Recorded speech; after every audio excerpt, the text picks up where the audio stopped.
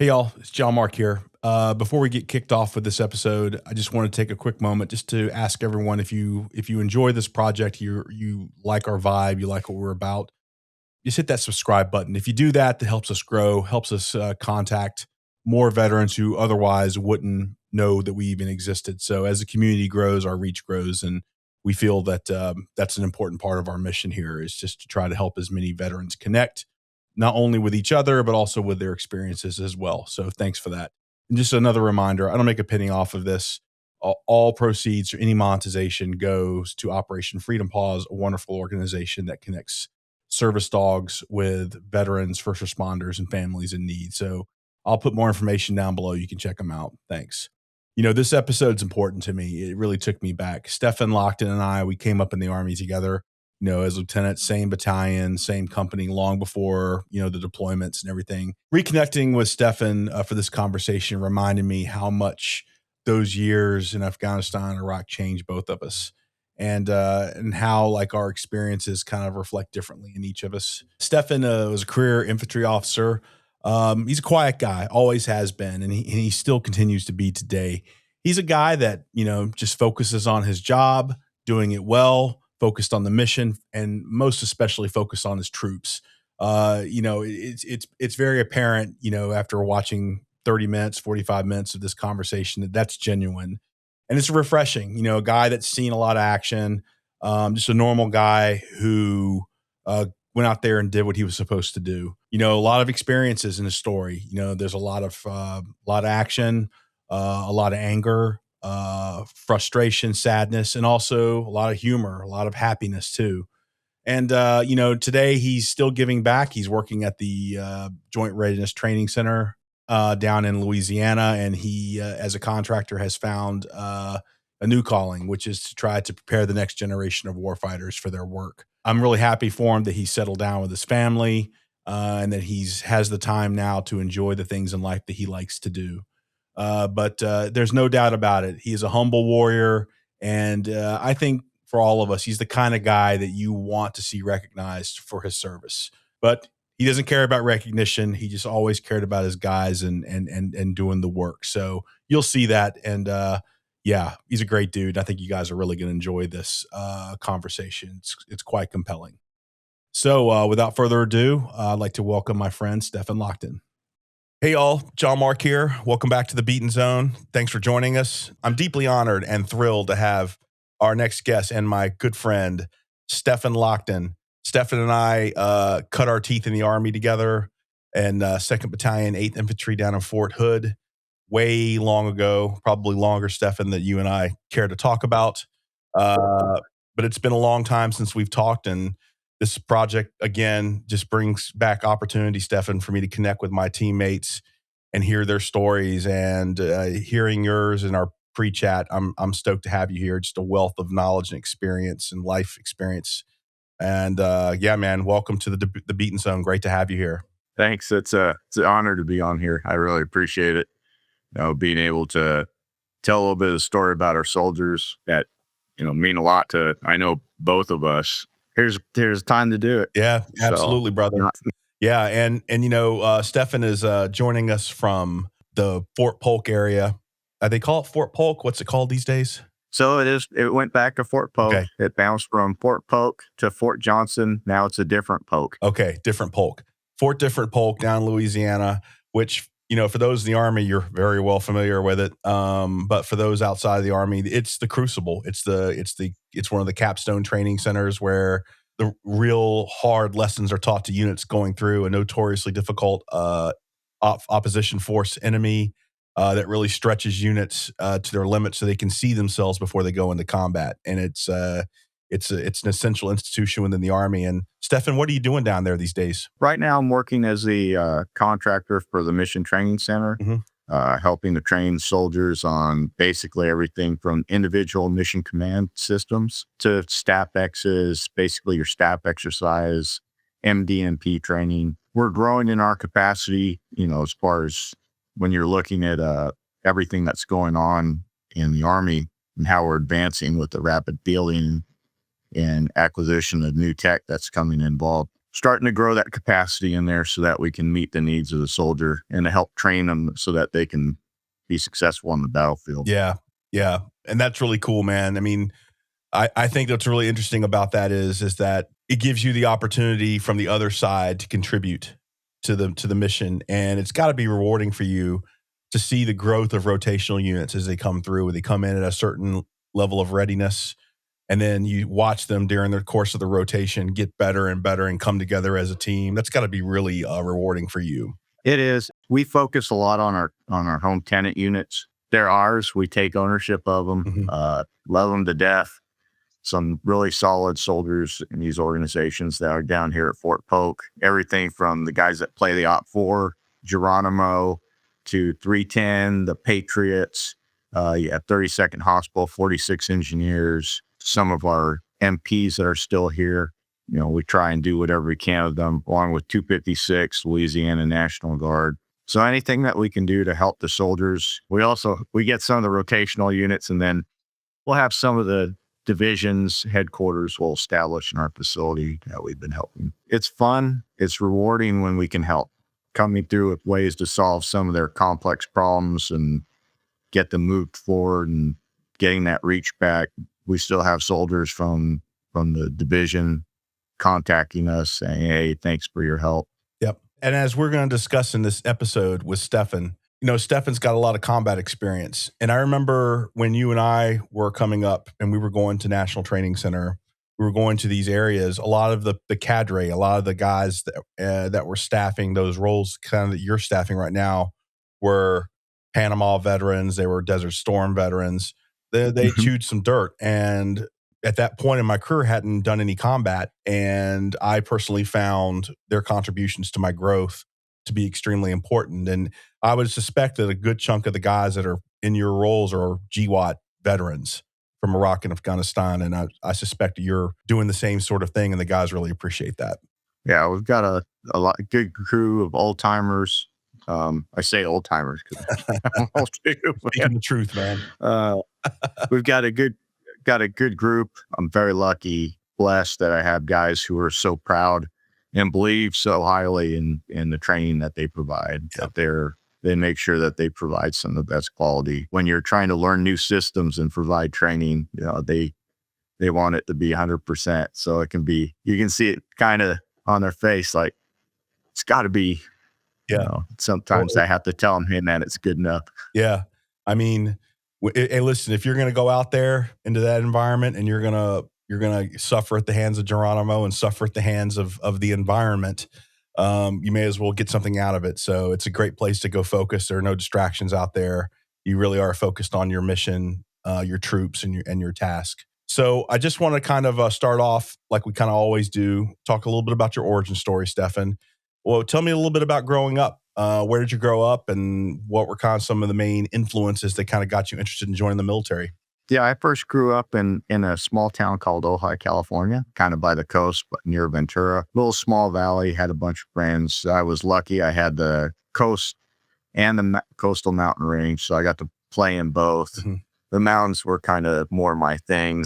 And then my dad wound up changing jobs. He got a job in Central Valley, California, over by Clovis, Fresno. They moved there. I went and lived with my aunt for a year in southern Bavaria on her little farm, all through that time. So I'm first generation U.S. on my mom's side, second on my father's side. And throughout that time, when I was growing up, my mom would go visit her family in Germany. So we'd spend plenty of time there. And my uncles had that mandatory service. And so they all talked military. One of my aunts, Gerda, married Roger, who was U.S. military. So I had a lot of discussions with him. So I had a strong military base when it came families-wise. My dad was Navy. We all played Army and go hike through the forest, go do adventure walks and stuff. It was always kind of my thing, guns and that stuff. So I was really lucky growing up on a lot of the things I got to experience and do. I had a neighbor who used to take me bench rest shooting, and he taught me how to reload ammunition and cast bullets.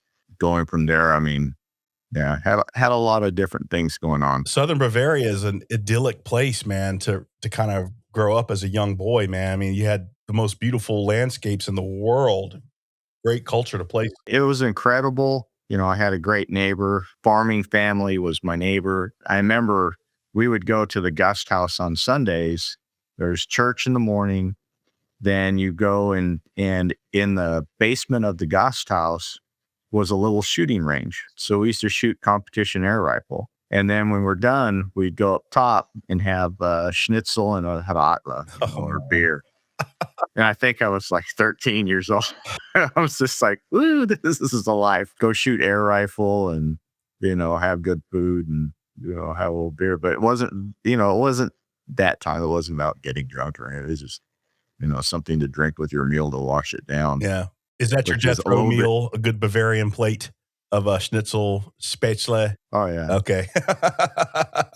Then you have the rotkohl with it, the red cabbage. Man.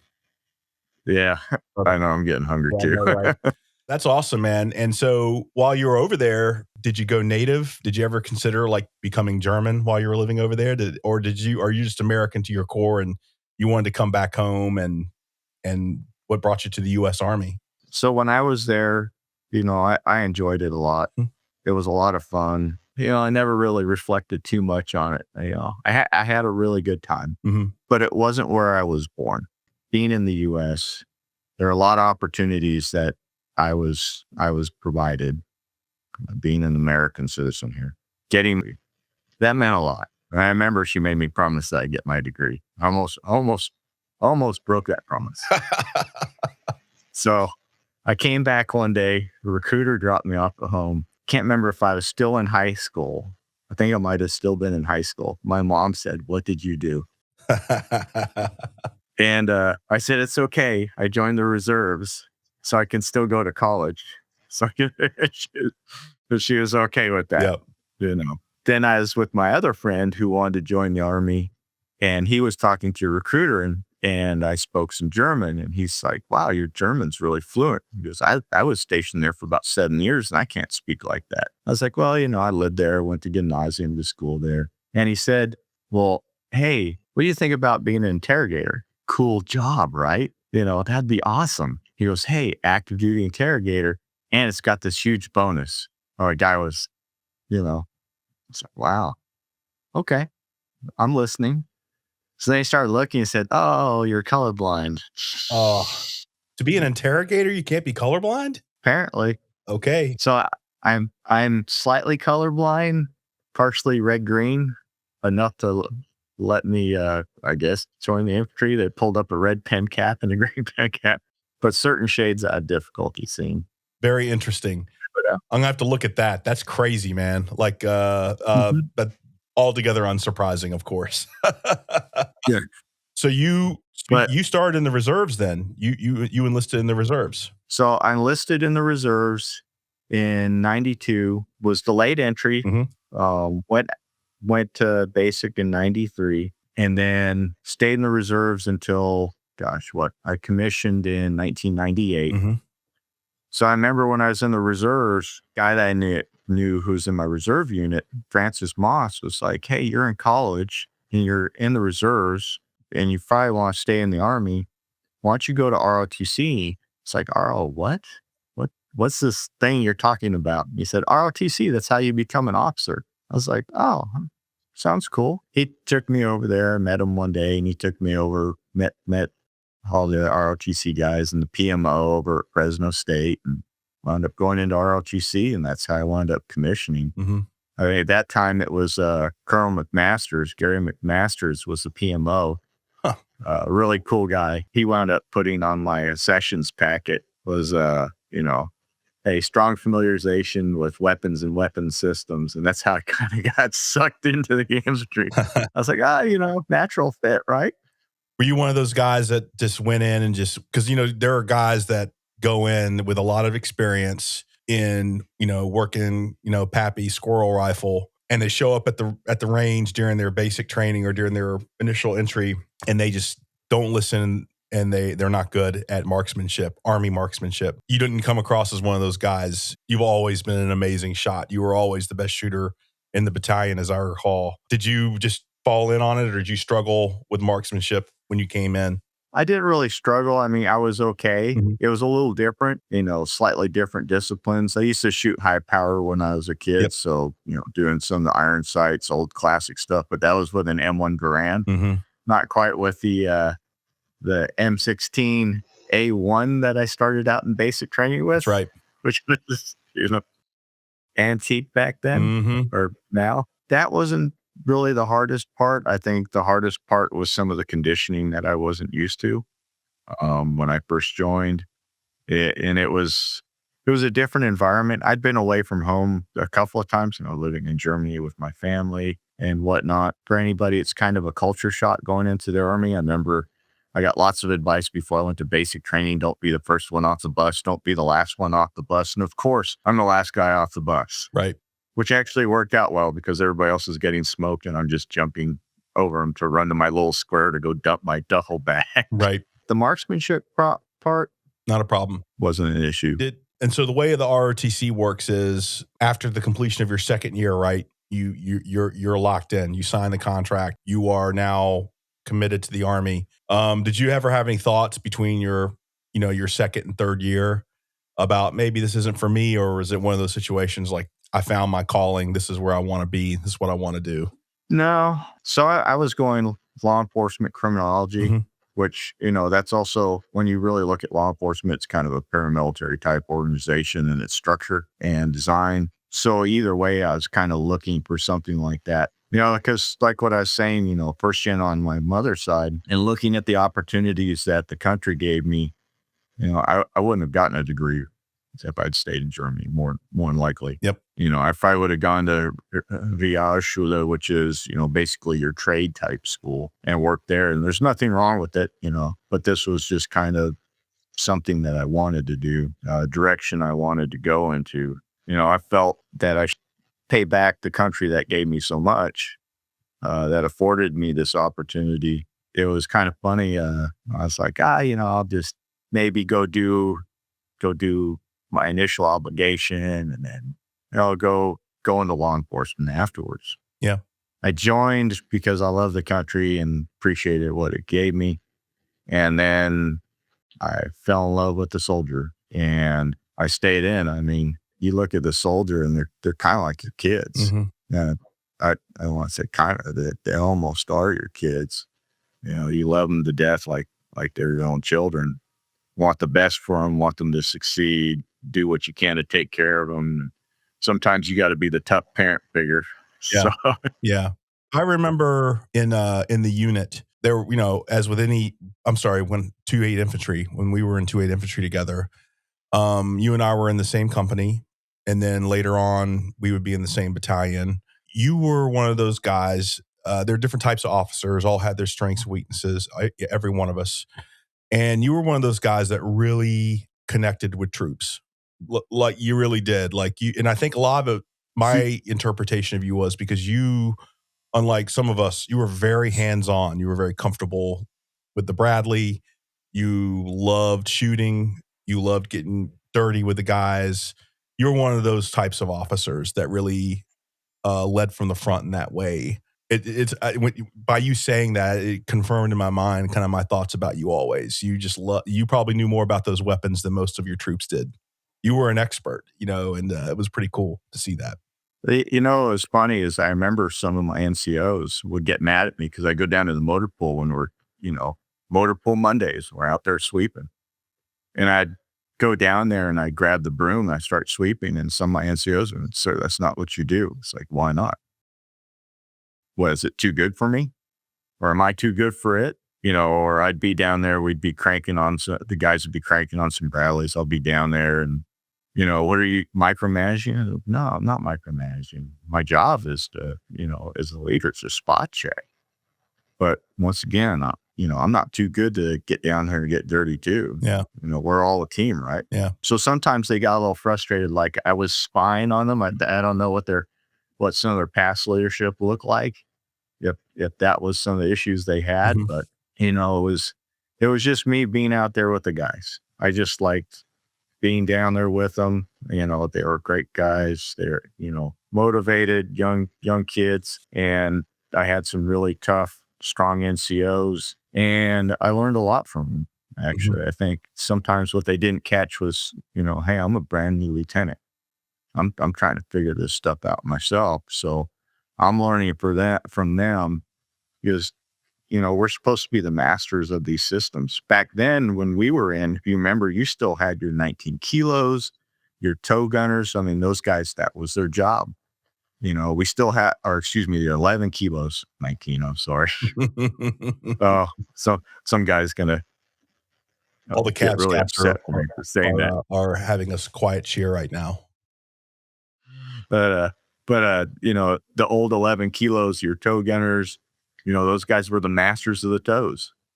Those guys would take those things out and do stuff that nobody thought they could do it for employment. Your 11 mics, that's gone away.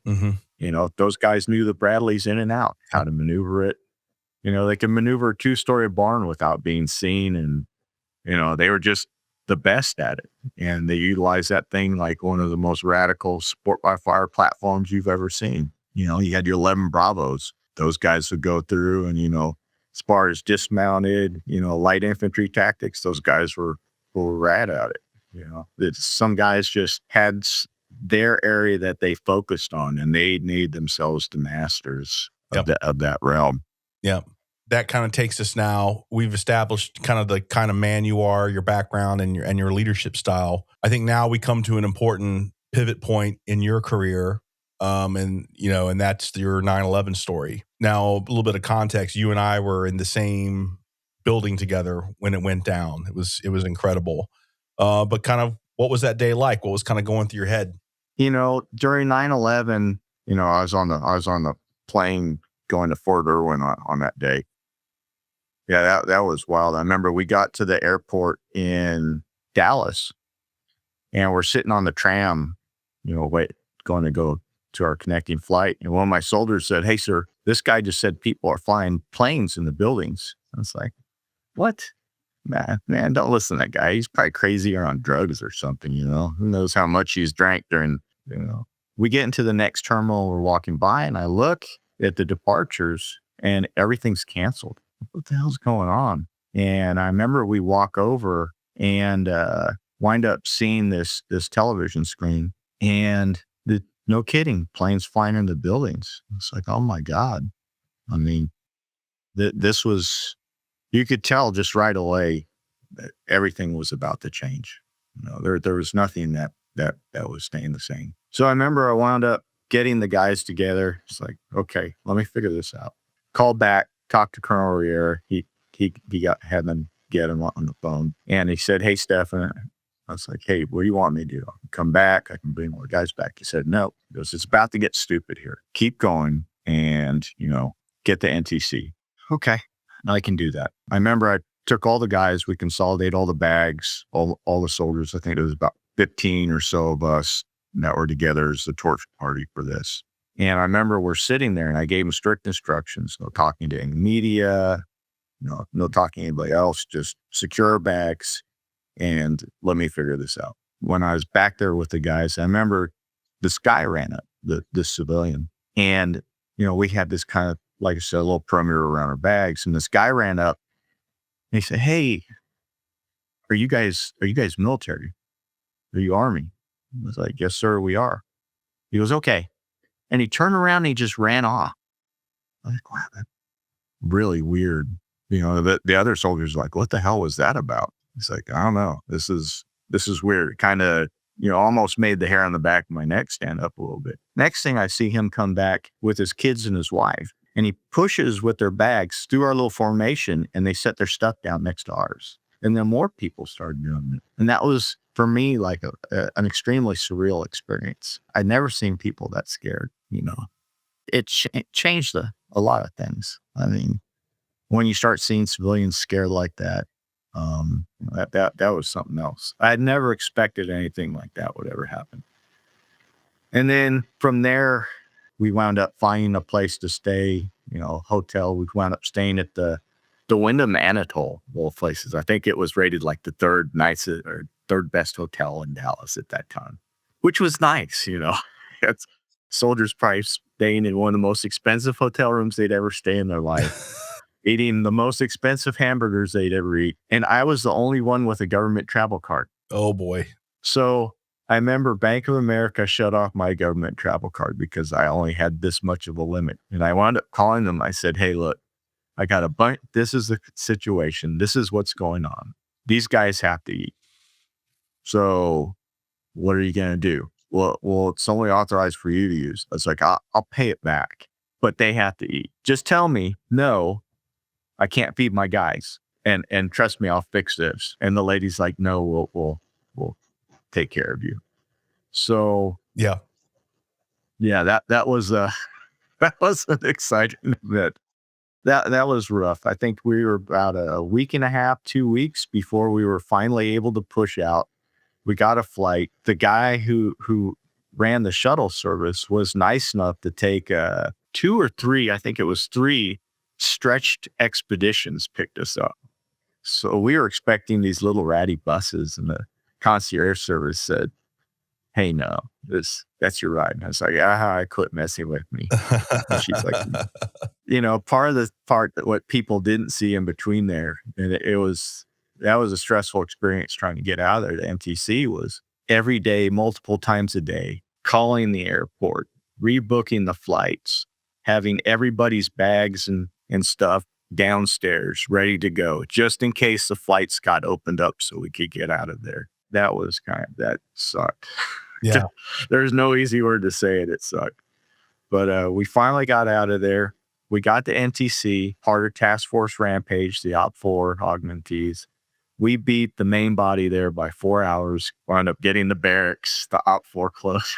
It was terrible. That whole event changed everything. And I remember when I came back from NTC, just got back, supposed to have a 4-day weekend. Colonel Riera calls me, says, hey, Stefan, you didn't unpack your stuff from NTC, did you? I was like, no, not yet, sir. He's like, good, because you're going to go out to Arkansas. You're going to go guard Pine Bluff, Arkansas. I was like, okay, cool. How long?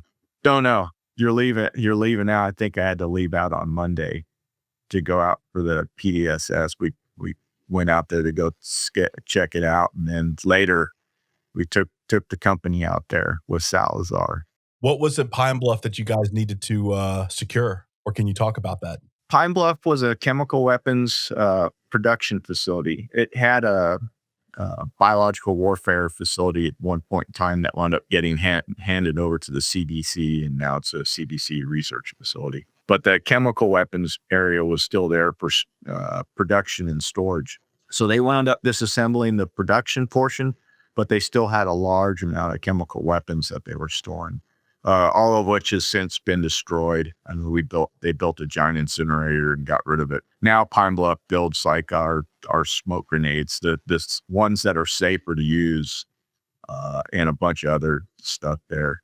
So it's kind of a neat facility out there. A little bit scary, when you think about what used to be there. Wow, amazing! I didn't even remember that. That's amazing. That's That was wild. I mean, I remember they dropped some ammunition off with us. They had a UH-60 fly some ammunition out to us, and they just hovered it down like, nice and low and started kicking it out the sides. I was like, wow, this is kind of intense. Yeah. I mean, at that time, I think we all knew like how big 9/11 was. Looking back, I mean, did you think it was going to have such a big impact on the next couple of decades of your career? So I knew it was going to have a significant impact. Something like that. I mean, who couldn't? I mean, you could watch, you watch it happen. That you could not get choked up. Mm-hmm. Watching that, thinking about all the lives that were, impacted. You knew something big was coming. You didn't know what. You didn't know how it was going to look. We never really forecasted Iraq was going to occur.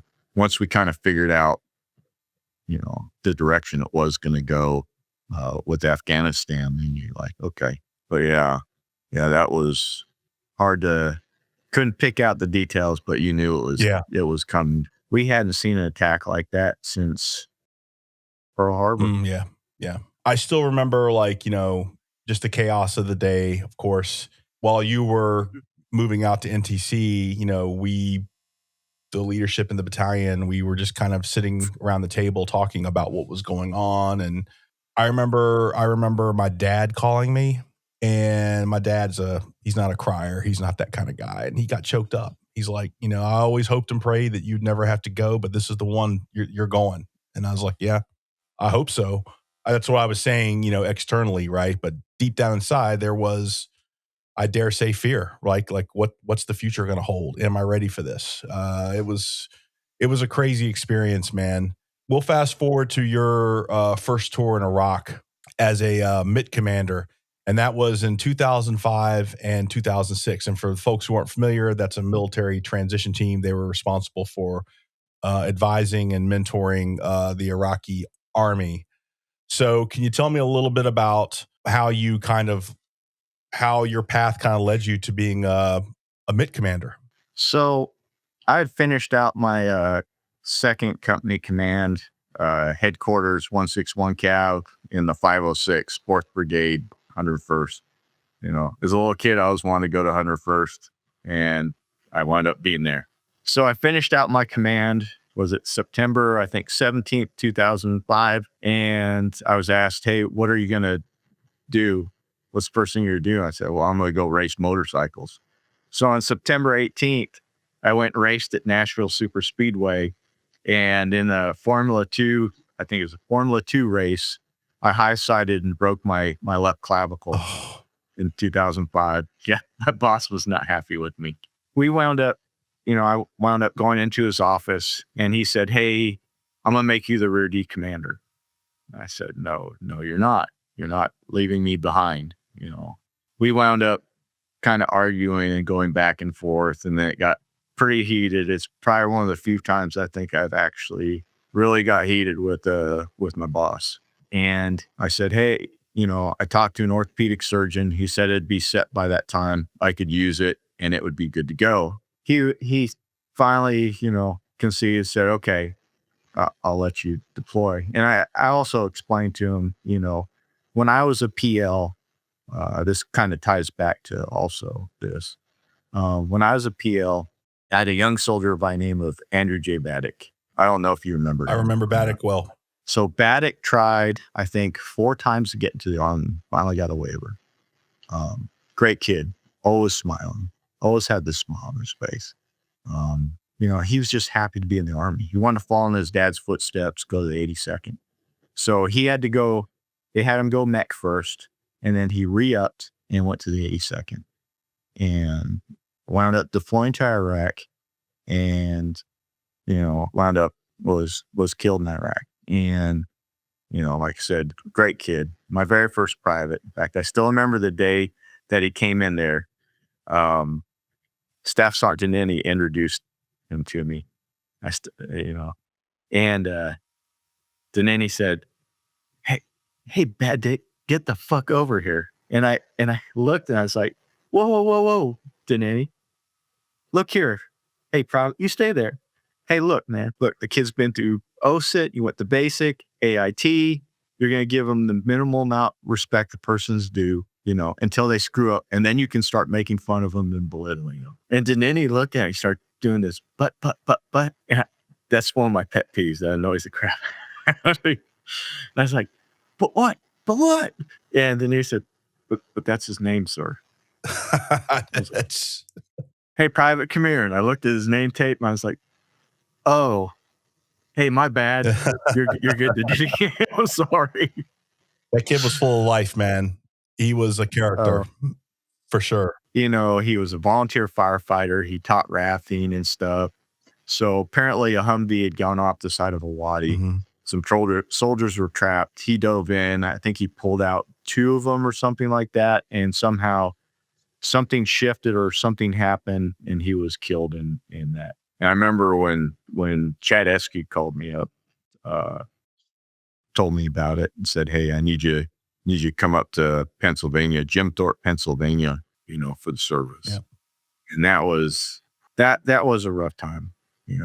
I had a good chaplain, Derek Murray, was there to kind of help me out through that moment. Because We all liked him. I mean, my wife still remembers him. She's like, yeah, he was always, the happy guy, just happy to be there, just happy to be in the enemy. I felt, I PCS'd while 2nd Brigade 4ID wound up deploying. And to me, it kind of was like, maybe if I'd been there, I wouldn't feel as bad about it. I don't know. But I would have felt like I had some, that I was participating. I was doing my bit, that maybe something would have changed. Or even if something didn't change, I was still there trying instead of being stateside, kind of the dirtbag in my, one of my soldiers gets killed and I'm stuck here. So I didn't want that to happen again. That was just unacceptable to me. Being able to get on that deployment, being able to help and do my piece, to me, was extremely important. Yeah. And so that was an opportunity that was afforded to you, was to become the MIT commander. That was, so initially it was just, I was going to deploy and I was probably going to work in the 3 shop.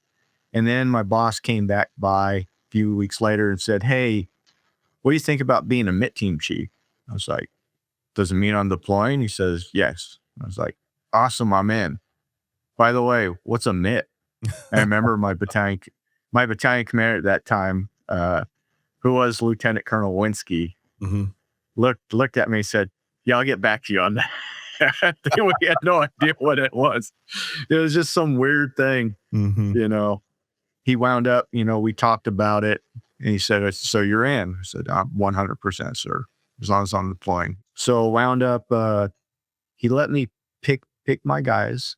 And then his guidance for me was, you will all train and certify on every weapon system we have in our arsenal. You will be proficient in all of them. Every one of your team members will. It's like, awesome. So we worked on language training. We did all the weapons training and did everything we could, went through radio training, first aid, combat lifesaver. And I was very fortunate to have a battalion commander who was like that, who said, hey, build your team and make them the best at everything that you can in this time. And then I had from the brigade, I had guys like, Paul Finken, Lieutenant Colonel Finken at that time, who was really great on helping to shape that and, get us the direction that we need and the assets that we needed to be successful when we actually deployed. So then I wound up going as a MIT to Baghdad. Yeah. So we first, flew into Kuwait, had a big picture with the squadron. Then we broke off and went up to Taji for our Phoenix Academy, a little MIT team stuff. And I remember I met General Casey there, and he sat there and he's like, hey, you guys are the main effort. You're leading the way, sooner we can get these guys capable, sooner we can leave this country and everything. And he goes, right, you're the main effort. Now get over it. I was like, what? He goes, yeah, you're the main effort. Now get over it. Now, what does that mean to you, Captain Lockton? It's like, we're not getting shit for support, sir. He goes, you're on it, doggone it. I was like, what just happened? That's crazy, man. So if I interpret your experience correctly, there's no training pipeline. There's no formalized institution to teach you how to be a MIT chief. You guys are pretty much given the mission. You're told the main effort and you're told to figure it out. I think it's really, it's certainly telling about the kind of the crisis that we were in 05 and 06. I think at that particular point. I mean, and I think General Casey certainly was strategically communicating to the world that this was going to be our exit strategy, was getting these guys ready to go. And I think that it's an important leadership trait, in my opinion, to be very adaptive, to have grit, to use your instincts to kind of figure important things out, things that can't fail. That's a huge, and then on top of that, you've got to keep your guys alive. I mean, that's what was asked of the MIT guys early on, I think should be emphasized as it was very dangerous and very important, and really relied upon the guys on the team to kind of figure it out as you were going along. I couldn't think of a more difficult mission, honestly. Well, when we first started, nobody really, you had a MIT there before that we relieved, and they were really, really great guys. I was lucky to replace replace them and talk to them. And they kind of showed me some of the ropes around the area that we had. And we had a large area. We had all of Rusafa. I had 21 guys on my team. Winsky gave me more guys because we also set up a retrans site for that. So there was a team that was farther up north of us, and we kind of acted as a retrans for them. So, like I said, I had a little bit more than most people had 21 people, but for 21 soldiers, for having to maintain, your little CP, the retrans, and then project power, or force out there, that was still a little scant for that large of an area in Rusafa. At one point in time, we also had Shab and Ur, which were just north of Sadr City. That became a little bit unwieldy, for such a little team. I mean, I had 3 trucks that I put on the ground, and you're looking at 5 guys in each truck. That's not a lot of combat power. No. And then we got a 4th truck, which we kind of tried to keep in reserve because Humvees weren't the greatest sometimes at maintenance. Yeah. Or we weren't the greatest. Yeah. I mean, so could you tell me a little bit, Stefan, about 2 things? One, the unit that you were responsible for advising. Tell me a little bit about that unit, what their mission was, and maybe what their state of readiness was. And then talk to us a little bit about what was the enemy situation, the political situation in Rusafa and the other areas of Baghdad at the time. At that time, it was extremely dynamic. Things in 2005 were a little bit slower. It was nice. You're oh, wow, everything's getting better. Things are calming down. North on Palestine Street, we had a very strong Sunni representative area. A lot of professionals, doctors, engineers up in that area. In Old Town, Rusafa, you had a kind of a criminal element that was down in there. And you hear stories that even before when Saddam was in charge, that he couldn't control that area. We had a Coptic Christian area that was right around in there. And then we had some Kurd population in there. So it was really interesting, the dynamics that were in there. And even up in the Sunni area, you had some Christians. I ran across a couple going through there. I remember seeing, some of the statues that they had and said, hey, I recognize those. And, the family comes out, you wind up talking to them. And we had some of our Shia areas, but we had a mix of the militias, the Shia militias, primarily with your Sadr's militia guys, your Mahdi militia. And then you had your AQ contingent with the Sunnis. Not so much border corps issues where we're at, primarily though Sadr's guys. So that was kind of with that, and with the Sadr's militias, you had all that Iranian influence. So we saw a lot of EFPs that were around the area that we were in. So your explosive form penetrators, a lot of attacks with those, which was pretty catastrophic. But we were lucky. Stefan, I'm so sorry to interrupt you. Can you tell folks a little bit who maybe weren't on the ground in that area, what is an explosively formed penetrator and why was it so devastating? So an explosively formed penetrator is basically the way that they made it is they took a tube, it's capped at one end, they pack it with high explosives, and they have a slightly cone-shaped, it's inverted copper disc. And when it explodes, it reforms that copper disc into almost like a plasma charge. I don't think there's anything in our arsenal that can stop one of those. I mean, it goes through steel like it's butter. That was probably one of the scariest things you run across, because there's just no amount of armor can really does anything to it. You see a number of people that would just get totally wrecked by it. Mm-hmm. And they were a signature item of the Iranian linked militia. Is that right? They were. So, we're pretty sure we were certain at that time that they were coming from Iran. There were certain ones that you could see that looked like they were made in Iraq. And then ones that were, well machined, well put together, well built, that were arrayed really well. You get these, what we call the 8 arrays, which were 8 basically EFPs, which were tied to some form of ignition source that were generally, reliable, that would go up and just absolutely catastrophic. Some people got lucky. I remember we had some guys came in, they got hit, and the only reason why the guy survived was because he was, hate to say it, a lazy turd. So he had been scooted his butt real far forward on the Humvee seat so he could lean back real far and basically sleep while they're out in the wire. And that EFP, instead of where it would have been if he had been sitting up there correctly, would have split him in half. It actually just took part of his butt cheek off. Lord. So we ended up getting a Blackwater little bird to actually fly him from our cop at Cop Shield over to the green zone to evacuate him. And that was a whole debacle in itself. I mean, in some respects, the area you are, because we would see, I guess it would be late 06 into 07 and 08 would be when the sectarian violence would really ratchet up.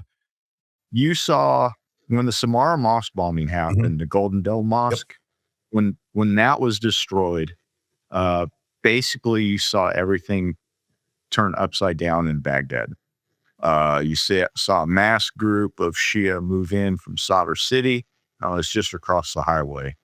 And they started attacking the Sunnis up by Palestine Street, up in those areas, or excuse me, off Palestine Street, taking over, some of those areas.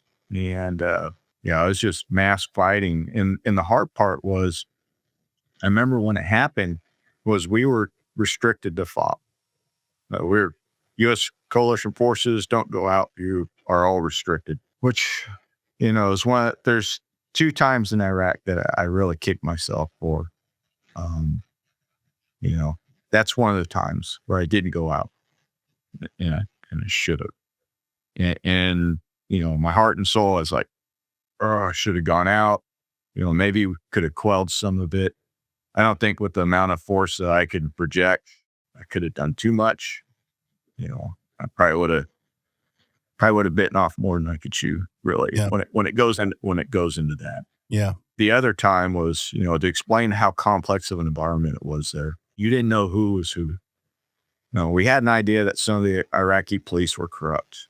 They had the Wolf Brigade. The Ministry of Oil was right around the corner from our cop. And we got reports that the Ministry of Oil was being attacked by terrorists. So I get all the guys, we take the Humvees out. It's a friend of mine, Gerasimus, and I are out there. And I remember an RPG landed close to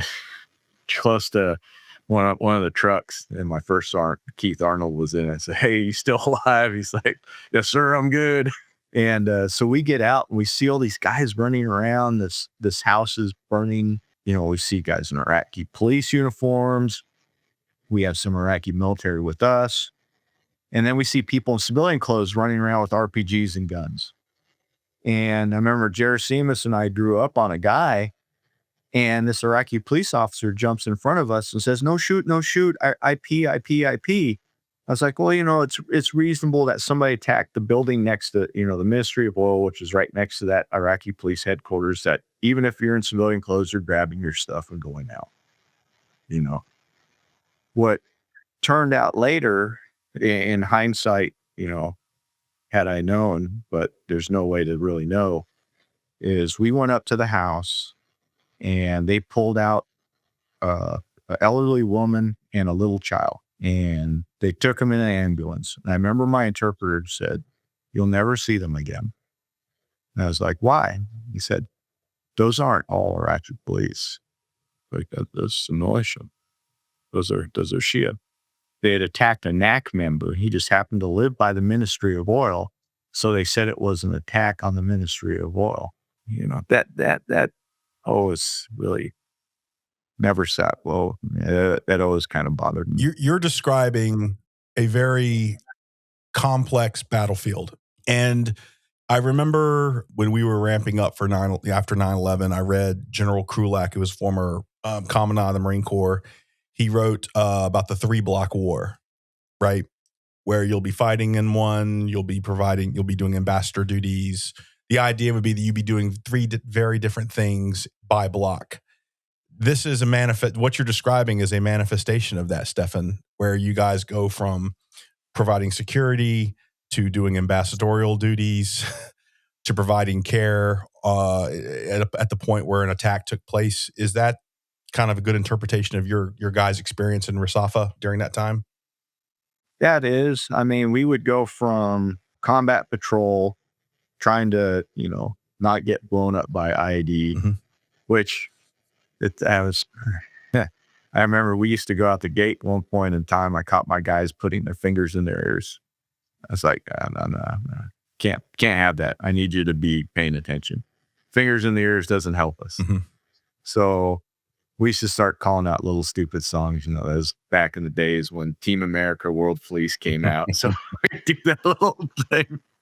But it would get the guys kind of amped up, and it get them a little focused right before we went out the gate, so that they would pay attention instead of, oh God, here we go, where they start to get a little nervous. They would go out from that, get into maybe take some shots from a direct fire engagement to getting into a direct engagement to going talking to some of the local leadership, sitting in when they'd have a little, meeting. It was a crazy time. I mean, when you talk about what soldiers do, some people talk, oh, we got into all these firefights. Well, really, is that really what happened? I think probably less than 1% of what we did involved really war fighting in some cases. We spent a lot more time doing all the other stuff, a lot more time involved with talking with the leadership there, for your provincial, your district, or whatever leadership. It was interesting. It was a very chaotic time back then, but going in and, trying to establish, hey, to the Iraqis, hey, this is your country. This is your district. This is your home. This is your community. You're taking charge.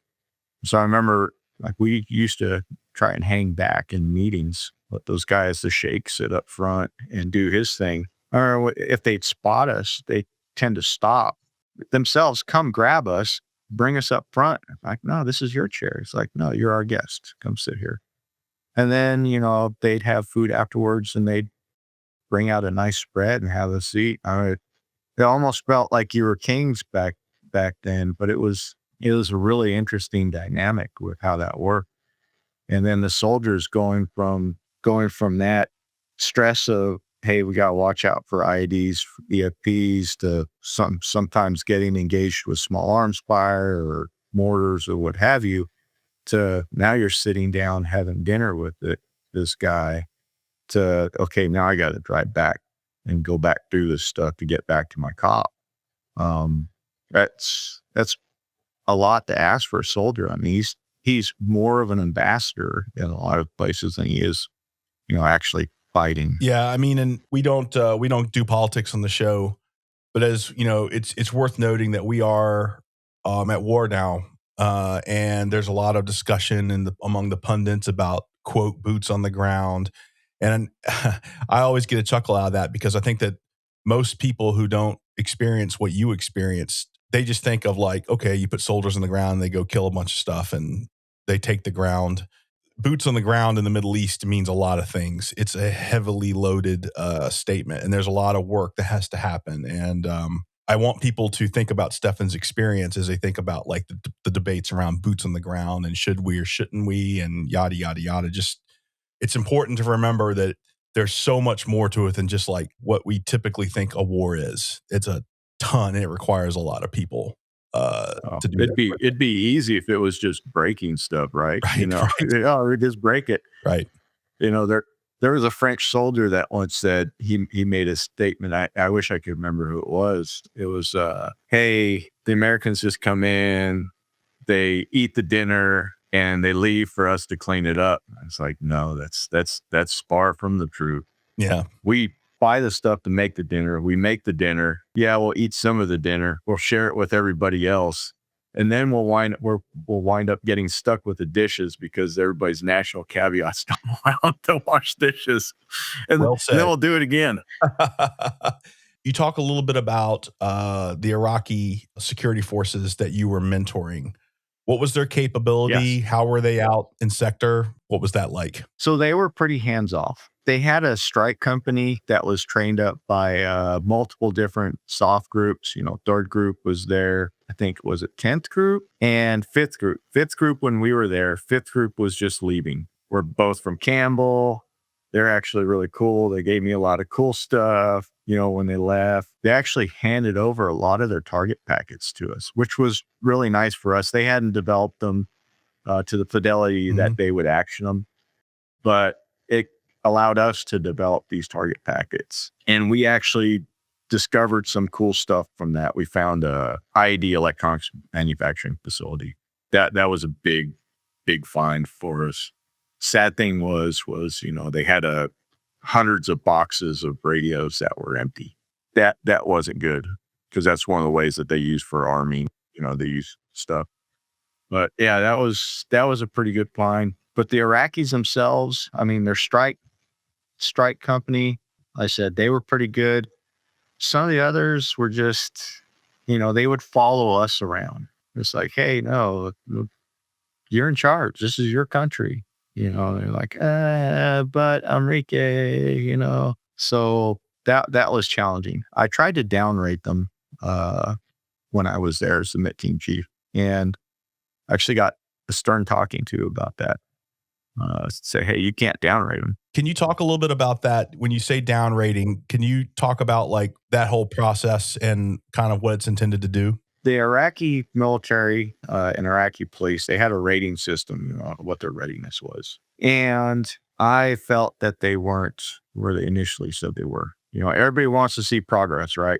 Oh, yeah, they're getting better. They're doing this or they're doing this. And I think I came in, some of it, yeah, I'm pretty tough on a lot of things and pretty strict on it. Hey, this is the task. You either can do it to standard or you can't. So, but I felt that the Iraqi army wasn't where they were rated. And I don't know why that was. Maybe it's just, people looked at it from a different perspective, but from the perspective I had, I didn't think they were as good as what they were rated as. So I attempted to go through, and we have, I think it was like a monthly or something, little rating thing, where they're at on all these different tasks. That's said, no, these guys aren't that good. They kind of suck. Yeah, I had a little discussion with my brigade commander about that. Actually, it wasn't really a little discussion. He talked and I nodded my head. And, it kind of went like that. But the point that he was making was, hey, that he can't even downrate them, that this has to come from well up higher. It was extremely sensitive on, where the Iraqi army stood, because that was the whole part of, hey, we're building capacity. We're going to make them successful. We're going to get out of Iraq. But there are other moves that were going on within Iraq politically also at that time. Like they were looking to get rid of guys who weren't former Iraq military. They were looking to get rid of certain Sunni guys out of the Iraq military. There's sectarian issues going on in the government and outside of the government. So it was kind of it was a mess. It was a challenging time when it came to that. Yeah, I've spoken to other guys on the podcast that were with MITs, and it's a consistent theme across the board for all you guys, is that there seemed to be a tendency to kind of override the assessment of the team on the ground in terms of those capabilities. And I think it's not helpful to us to be too critical to always say there's something nefarious or dodgy going on here. I think it's fair to say that there was a significant amount of pressure from Washington, D.C. to message to the American people that we had an Iraqi security force that was getting better and was going to offer us this off-ramp. Those are the facts. You were saying they weren't ready. The big machine says they were getting better. We'll just sit with that. We're not going to litigate it here. But that dynamic, guys on the ground throwing up caution flags, was absolutely a real thing at the time about the readiness of the Iraqi security forces. And it was just a group of military professionals caught in a political situation, I think that we would pay a serious price for it, as history would show later down the road. Yeah, it was interesting. I still remember when the Ninth Iraqi Army came down after the Smar Mosque bombing, and this was during Ashura. And I remember my brigade commander, it was a different MIT team that came down that was supporting Ninth Iraqi Army, which was their mechanized, their armor. My brigade commander was absolutely furious with that MIT team because during that time in '06, during Ashura, Mahdi militia had taken one of their T-54 55s and were shooting the Dishka off the top of it and put one of their militia flags on the top. And I remember he was chewing that poor MIT team commander out, like, why didn't you go out and everything like that? And that MIT team commander was like, because you restricted us to Bob. We were told no U.S. coalition forces were allowed to go out. That was the rule. The Iraqis were doing this. Sure, we're supposed to stay away from it, not go out. And then he points to me, he goes, but he went out, and I did. And then, yeah, I remember I had the Iraqis going out with me, and that was an interesting one. We heard a bunch of gunfire, and we wound up on this elevated highway called Route Brewers.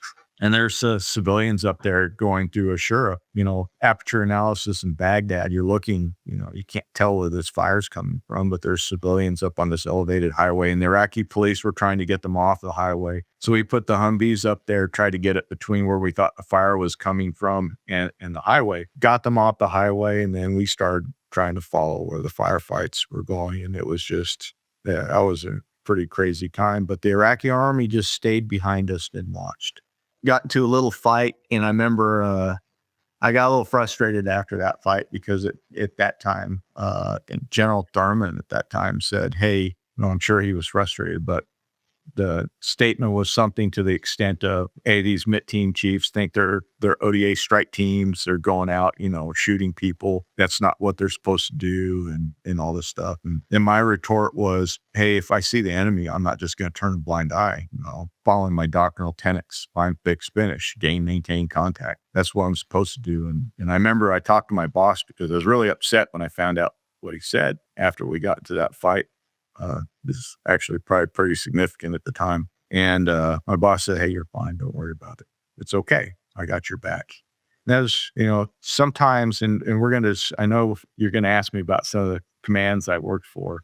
You get lucky and you have a commander that when he says, I have your back, as long as what you're doing is ethical, moral, and legally correct, and it's within my tent, I've got your back. And Winsky always did have my back. He was a tough guy to work for. He's one of those guys like, some of the people we work for said, hey, I want you to bake me a cookie, right? Mm-hmm. I don't know what flavor cookie it is when I eat it. Yep. Winsky wasn't that guy. Winsky would tell you how much sugar to put in, how much butter, how much milk, how much flour, how many chocolate chips he wants. He would tell you, you just had to listen. And it made working for him very easy. But if you screwed up the recipe he gave you, he would let you know. You get your Yelp review. But you earned it because you didn't listen to him.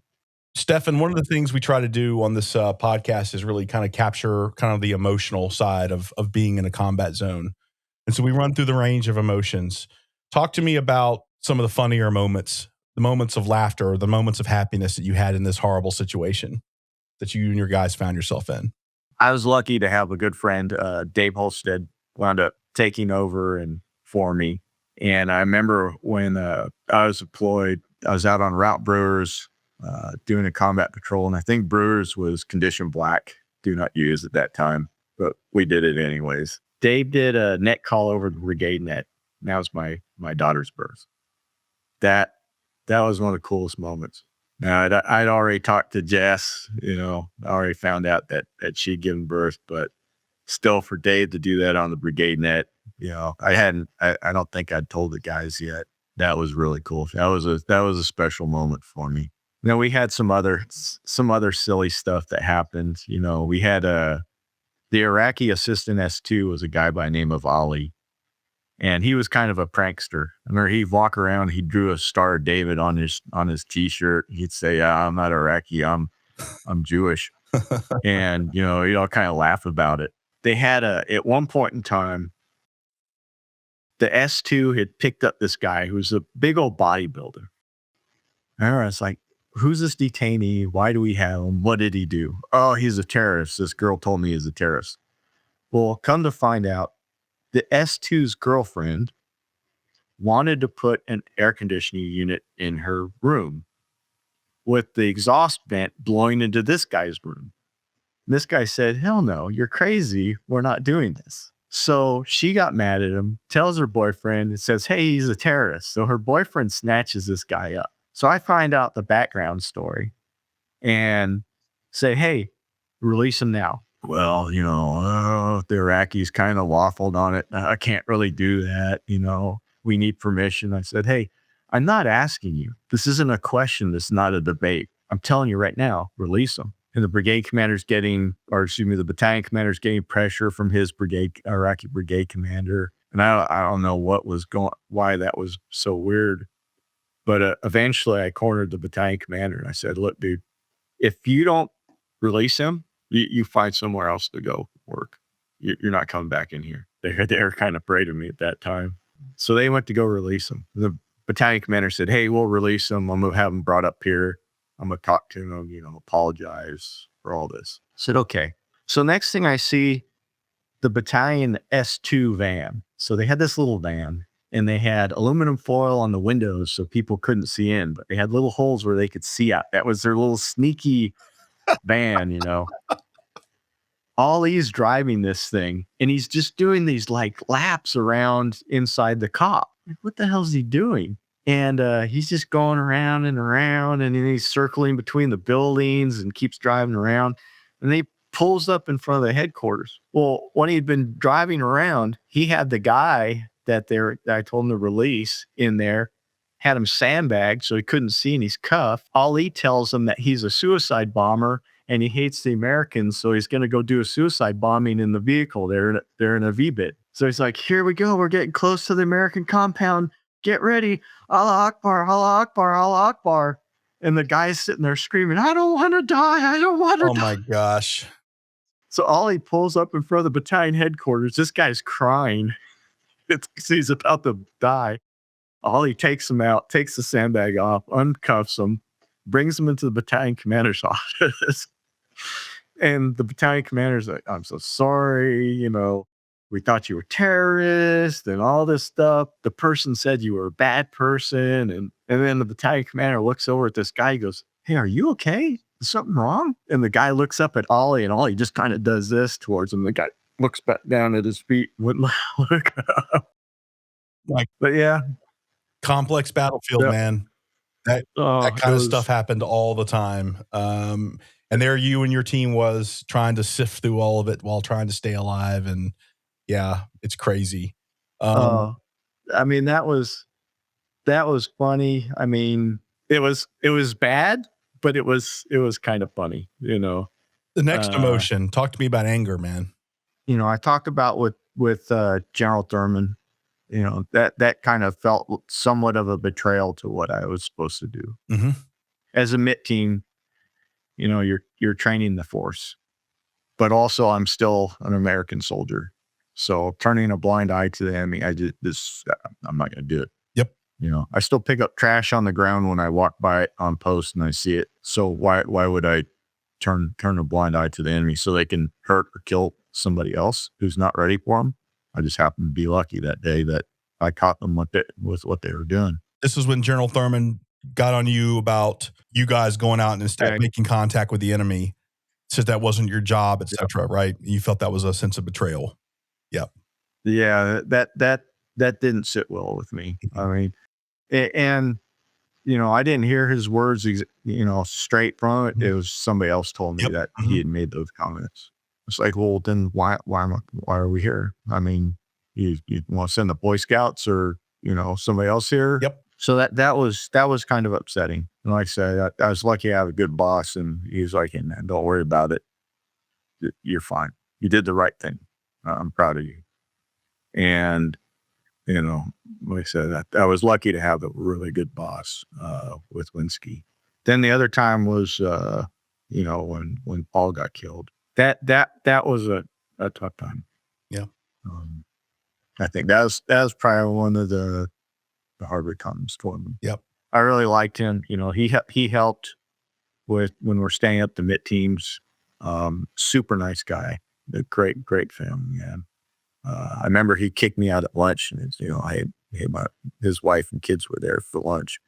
I think his favorite, if I remember correct, was a cheeseburger. And some of the guys nicknamed him Dad because he was just kind of like that father figure. I mean, super wonderful person, great guy. And then when he was killed, it was just, I think for a lot of days, it kind of haunted me to tell people, hey, stay safe, take care. That's the last thing I said to him before he was killed that day. And then, of course, what a lot of folks who haven't experienced that, Stefan, don't really understand is like you go through these intense moments of sadness and pain, and then the next hour, you've got to face your mission. You've got to keep the guys focused. You got to stay focused yourself as a leader. You talk a little bit about that, how difficult that is, and what kind of mental toughness that takes to kind of persist through it. So to give an idea, when that happened, Winsky was down on a patrol. He was checking up on us. Next thing I remember he came into our CP and he said, "Hey, Lockton, I need somebody smart.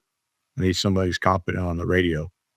I talked to Doc Sauce, my medic, Brad Sauceman. And Sauceman's like, "Yeah, Winsky knew you were friends with Thinkin."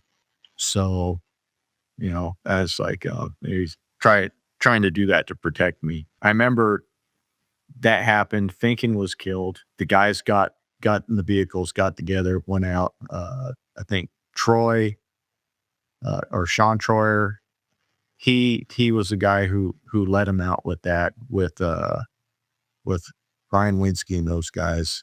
Yeah, that was catastrophic. I mean, it was Lieutenant Colonel Thinkin, Lieutenant Colonel Kruger. They're doing the right seat, left seat ride. Sergeant Gage and the interpreter Bob were all in the vehicle. They got hit by a big IED, is basically almost like a shake charge, like a platter. And I think they estimated it to be about 14 inches or something like that. Man. But the aftermath was horrific. I remember, because we had the relay, the retrans there, I was relaying the battle roster number. And I remember when Winsky called it up, I was like, no, that can't be, FI and the rest of it.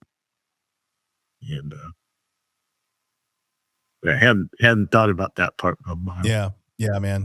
All right, man. We're gonna roll into Najaf. Stefan, that was a very eventful tour. Your second tour as a MIT commander, because no good deed goes unturned. They had you do it again.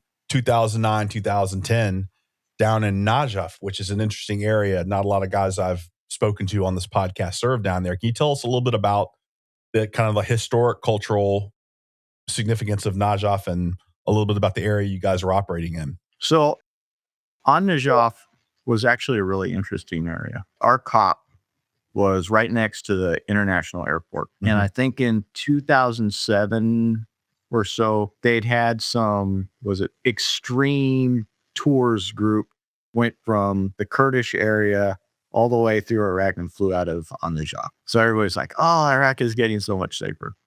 It's a really different story. But on Najaf, they made that airport into an international airport, actually have a tourist brochure from there. It has the shrine of Imam Ali, so extremely religiously sensitive. And you have the cemetery. They say it's the largest cemetery in the world. I don't know about that. I haven't Googled it, so I can't verify it. But they also say that Adam is buried in that cemetery. So it's extremely sensitive religiously. I mean, from Imam Ali to the cemetery. Grand Ayatollah Sistani lives there. So as far as religiously sensitive, that is the place.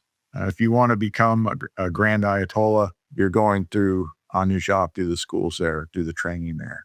Yeah, in the Shia community, there are two places, Karbala and Najaf, that are extremely sensitive. So you have that kind of sensitivity. So the demographics were different. The political and cultural sensitivities were obviously high for Americans to be operating in and around that area. You had, as I recall, a couple of really large pilgrimages every year that would come through there. And we're talking people from within Iraq, but also Iranians, I think, as well, would make the pilgrimage there. It's kind of an interesting environment for an American formation to be operating. And it could be it sounds actually, maybe it wasn't as kinetic as Baghdad, at least that's what my instincts would be. But I think you probably were in an environment where you saw some very underlying potential threats and some challenges. We did. I mean, when it came to Najaf, working with the Iraqi army, so that was different. I wound up becoming a brigade mit chief there, and we tied in there. But we didn't see as much anywhere near the activity in Najaf that we did in Baghdad. In fact, to the point where this is looking really, really calm here. I remember telling Jess, I was just joking with her. I was like, hey, they have an international airport here. If you fly to Jordan, you can catch a plane from Jordan to Najaf. I'll pick you up at the airport with the MRAPs. And I would have done it if she actually flew in, but she said no. Yeah. I know it was just kind of a joke, but could happen. Any big highlights or memories from that tour that stick out in your mind? So it was interesting when I first got there, the brigade commander, Colonel Murad, was newer. And the old MIT team chief, he didn't interact with them at all. The MIT team commander, Duke, great guy, couldn't ask for a better guy to, take over from. He was explaining some of the challenges. Now, my first tour was an internal MIT, right? I took guys from this organization, put them all together. We all kind of knew each other already. The second tour in Najaf, that was an external MIT. So you take guys from all over the army. Nobody knows each other. You don't know each other's experience or any of the background. And you throw them together over what's called Camp Funston, which is really not fun. It's not bad, actually. Fort Riley, Kansas. I like Manhattan, Kansas. Mm-hmm. It's nice. But you take these guys and you put them together and you run them through. Basically, the POI was the same as National Guard pre-deployment requirements, that they go through the mobilization platform. So is it really building the MIT background that you're looking for? I don't know. But with that, you'd have guys who, like I said, are not, some of them just probably aren't the best choices for that type of environment. Actually, probably a lot of them weren't, and they struggled with it. The previous MIT, their team lead was very, very open, very honest, and I couldn't ask for, anything better than that.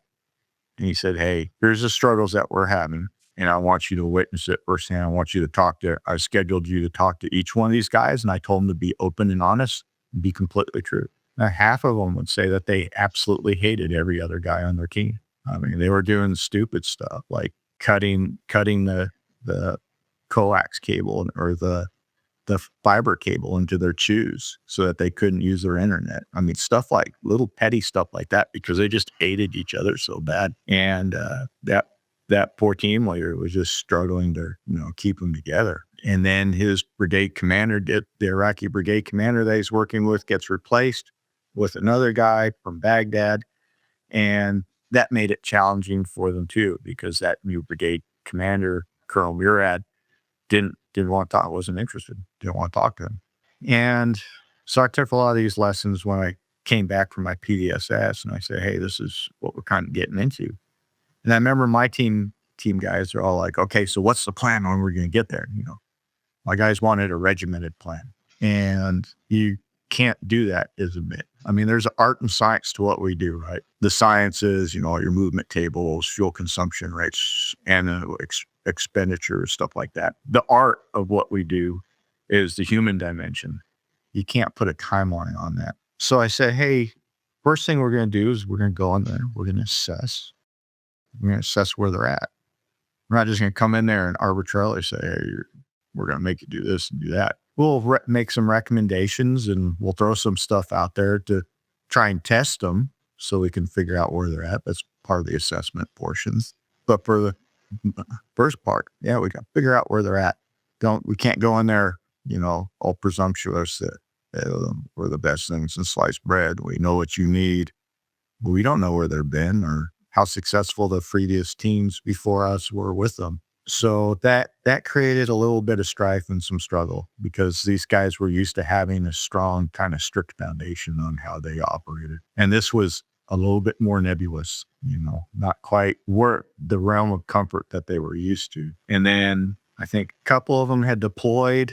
I was the only one who was combat arms who had deployed. They relied heavily on my background and experience, which made it a struggle, because I have certain ways I like to lead.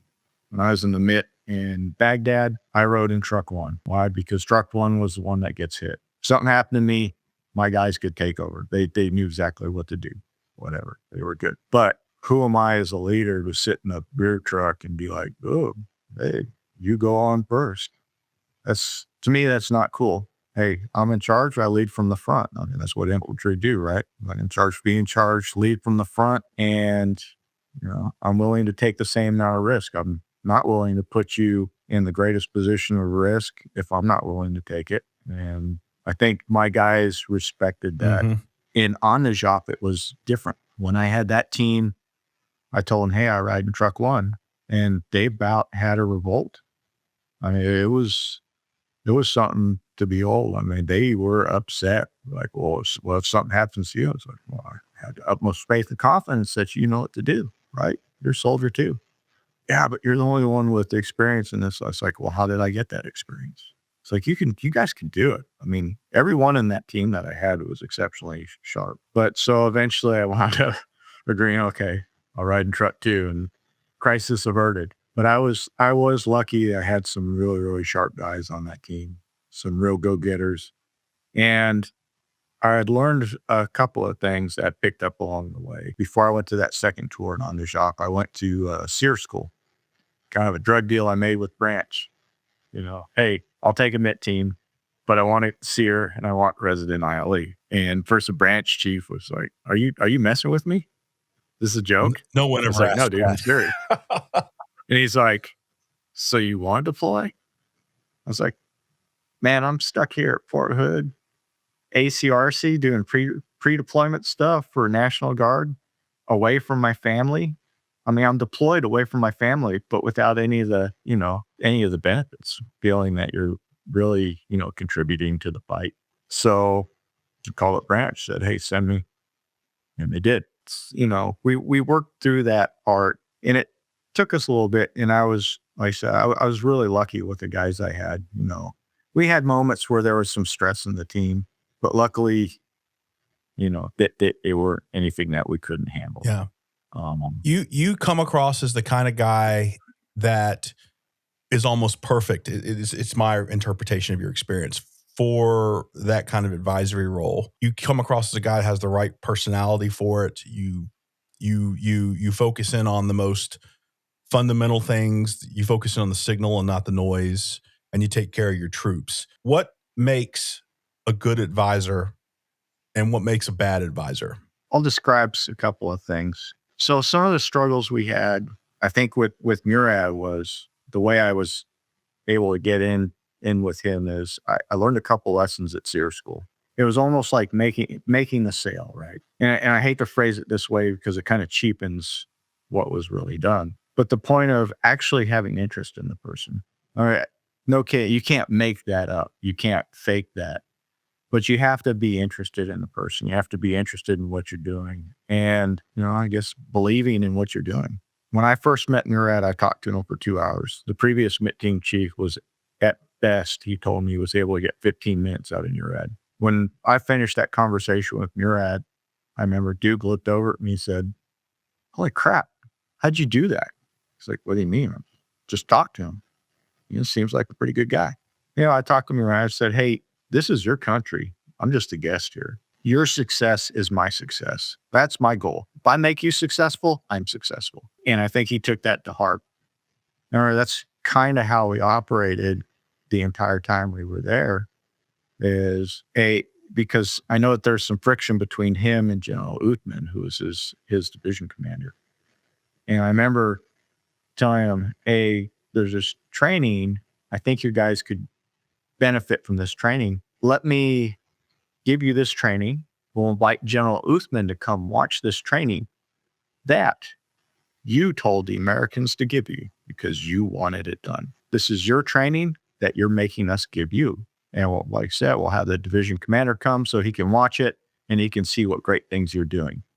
And I remember Murad looked at me and said, yes, I want this. Make it happen. He's like, yes, sir. So that's how we got the training. We made it theirs. We made it their idea.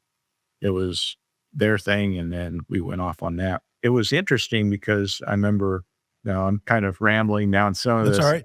made me think. The first time I saw Uthman really start paying attention to Murad was not just with the training, but it's during the elections. So I remember my guys hated when I did this. They got so mad at me. I went with my interpreter, Murad Stryber, and Colonel Murad in their Suburban. And we drove around during the elections. It was just me, my interpreter, and Murad and his driver. And we weren't supposed to be doing stuff like that at all. But yeah, I loaded up heavy. I had my personal locator beacon on me. I had, an extra radio, 5 sets of batteries, 2 cell phones, enough ammunition to end half the war. My guys are so worried. We're doing all these comms checks and everything. We get to one of the polling locations and I couldn't be seen and they had the windows tinted on there. So I'm sitting there, but I could still see out the front window and you could see through the front windshield. And I remember I saw the brigade commander, the U.S. brigade commander with General Uthman. And he looks in the window and he sees me and he gets kind of wide-eyed like, shit, I got caught. And I looked down, I was like, kind of pointed like, gotcha. Later on, he saw me when we went back to the cop and he's like, I was like, yes, sir. I know. Yeah. Yeah. I think that it was a tough ask to keep from being seen during elections and things like that because you're so heavily invested. I mean, literally, we spilled blood so those elections can happen, and you want to make sure that your counterparts have what they need. And I know there were more than enough guys out there during that time. What I didn't realize is how much of an impact we really had until that moment. Mm-hmm. Murad was talking with General Uthman, and he said, hey, yeah, I got the American in the car with me. And I was like, he's talking about me. And Uthman goes, really? He went with you? And he looks and he sees me sitting in there. And from then, their relationship changed. Yeah. It's like, oh, the Americans trust you. So obviously, you must not be a bad guy. So then that relationship changed. Now, this made me think of another moment in An-Najah. The Iraqis got together and they did this donation of wheelchairs. It came through some fund site through the Iraqi army to the provincial government. So he had this big thing where they had a bunch of Iraqis there who, been injured or disabled, and they gave them wheelchairs and helped them out. And then afterwards, they had the provincial council members, the district council members, and a whole bunch of media there. And we were all in Colonel Murad's office. I remember I tried to stay away from it, but somebody spotted me and I got drug into it. And I was like, hey, this isn't me. The Americans didn't do anything. This is all the Iraqi army. And they're, working with these NGOs to get these wheelchairs. This is their thing. This is their success. I don't want to be, I'm not part of this. This is all them. So you can thank them. Don't thank me. We started talking with the provincial council members and some of the media. The media asked, hey, can we interview you? It's like, well, I guess so. I remember they looked at me, they had the camera rolling, and they said, or how do you feel about Iraqis? And the way they asked and the tone of voice, it was like, I remember the first thing the thought that came to my head was, oh, I'm being set up. Geez, I know where they're trying to go with this. And it brought me back to my first deployment. My first deployment, we were doing, and this is what I told him, I said, my first deployment was in Baghdad, and this was in 2006. We were doing a cordon and search. We're part of the cordon. And we'd seen, while we're on cordon, on the second floor of this old house, something funny looked like somebody was looking through binoculars or something. So sometimes the enemy would, warn each other due to window, they'd wave off somebody or whatever. And it just looked real suspicious. So I said, well, we should check this out. So I went up, I knocked on the door, just, polite knock. There's no reason for me to go busting in and be all stupid. And this gentleman opened up the door. And I had my interpreter and I said, hey, sir, I'm really sorry to bother you, but there's something kind of suspicious and we're doing this operation for your safety and for ours. Do you mind if we come and look? And he said, no problem. So I had a couple of my guys, they went in and they started moving up the stairs and I saw him turn and he started doing sign language. It's like, oh crap, they're deaf. It's like on the radio real quick. And I remember his Doc Sossman was my medic, is the one who punched up the stairs. I said, hey, Sossman, be careful. They're deaf. Cause what I didn't want him to do is come up behind somebody who's deaf, startle them and scare them. And then that person starts flailing and something tragic happens that shouldn't. Yep. And so I said, hey, I got it. And then he comes back down. He goes, no, it's just a girl up there. It was just, she was just looking through the windows. I saw the rest of the family members were signing. That room there, they had I think it was 3 blankets laid down on the ground and like a 4th one rolled up like a pillow where the family slept. And, it looked like, I think he had his brother, his son, daughter, his wife, all slept down there because I think it was too hot up there, a pop or something. And it was a hot, miserable day when you're out there. I knelt down to give the son a piece of candy and he cried. I had all my gear on. So of course I looked scary. So I took my gloves off, my helmet, my glasses and said, hey, I'm really sorry for scaring me. Here's some candy and, apologize for entering their home and thank them so much for, just letting us, search it. And the guy all of a sudden takes off in this little room on the side there. It almost like a closet room, but had a window that opened up outside. He sold like light bulbs and sodas and little trinkets and stuff out there. That's how he made money for his family. So as we were leaving, he comes out with I think it's like a 12-pack of soda for us. And I was like, he's like, here, it's hot outside. Your men are tired. Here you go. And I was like, no, I can't take this. This is too much. He goes, no, it's hot outside. Your men are tired. Take this. I said, well, at least let me pay you for it. And he said, no, you can't pay me for it. It's hot outside. Your men are tired. And he kept saying the same thing over again. I said, well, I can't thank you enough. This is, really gracious of you. And I'll never forget this. Then I went to explain that these people had like 4 blankets that they sleep on, had barely anything. Really, I had more shit in my rucksack that I owned than they probably owned, period. And this guy does this for me, gives me these sodas for my guys. That was an amazing thing. How gracious and how kind somebody like that was. And I remember when I told it and the way I told it, I remember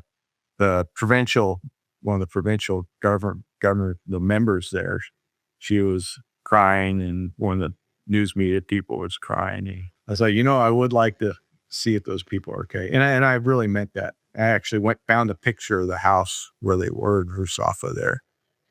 It wasn't far from the Ministry of Finance. I still remember the location. That was pretty impressive when you say, so what do you think about Iraqis? Well, somebody do this, somebody who's in their country and they had nothing, but they still give me that much. And I got all this stuff. That was an interesting tale. Yeah. Stefan, that's a great story, man. And I found hospitality in Iraq and Afghanistan from normal people, right? And I was always very humbled by it. Those moments were things, frankly, I held on to as we were going through things, because then you would experience the complete opposite, right? And at the end of the day, it's a group of people on both sides that are just trying to survive and are trying to do their thing. And, it's a nice description of that dynamic. I do want to talk to you a little bit about your time in Afghanistan. I want to be respectful of your time. You've given us a lot today, and I'm grateful for that. You did a tour in Afghanistan. You were down in the southern part of the country called Regional Command South, 2011 and 2012. A little bit different of a mission for you. You were an operations officer for the battalion, right? That's how it was. So can you tell us a little bit about like your battalion's mission and kind of like, the threat situation on the ground at the time, what was going on down in RC South? So in RC South, where we were at, so we were actually up kind of in the northern region of RC South, up by Kalat. We had 2 cops, one at Balo, one at Mizon, basically little platoon outposts that were up there. I think a lot of what we dealt with were kind of your deep buried IEDs. We did have some guys try to set up a IED initiated ambush that almost got me into a little bit of trouble. Oh yeah. So I got into a little argument with Brigade 3. Our actual brigade had been moved down to the Horn of Panjway with a bunch of the other battalions. Our battalion was left up in Kalat there, and we had Bob Apache and Logman. I remember, they posted stamped a brigade headquarters over the top of us that was up there. And Sergeant Shaky, my battle captain, one day comes in and gets me and goes, "Hey, sir, we got something going on. I need you." So I go in there and we're watching on the shadow feed and see guys digging, set stuff in, start stringing out the wire, move up to kind of this hill. And, they start setting in what looks like machine guns, probably PKMs, and they had RPGs. So, IED initiated ambush. So it's brigade's shadow. So I asked, okay, well, what's brigade doing? And Shaky tells me nothing. What? It's like, that's on Highway 1. So I look at Shaky. I say, the boss has asked for me. I'm going up to brigade.